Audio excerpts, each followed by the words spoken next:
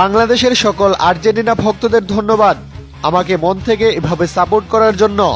জোড়া গোল করে ম্যাচ জয়ের পর পরবর্তী সংবাদ সম্মেলনে বাংলাদেশের সমর্থকদের ধন্যবাদ দিয়ে যা বলল গট লিওনেল মেসি। বিশ্বকাপের রেকর্ড 17তম গোলে মিরোস্লাভ ক্লোসাকে ছাড়িয়ে তো গেলেনই, দলকেও এগিয়ে দিলেন তিনি। ওই এক গোলে এগিয়ে থেকে বিরতিতে যায় আর্জেন্টিনা। এরপর দ্বিতীয় গোলের জন্য আর্জেন্টিনা অস্ট্রেলিয়ার রক্ষণে একের পর এক চাপ সৃষ্টি করতে থাকে। এরপর অবশ্য দ্বিতীয় গোলটিও পেয়ে যায় আর্জেন্টিনা। যোগ করার সময়ে আবারও মেসির পায়ে গোল।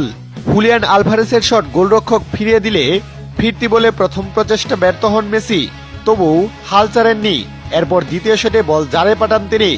এতে 2-0 গোলের জয়ে নকআউট পর্ব নিশ্চিত করে আর্জেন্টিনা।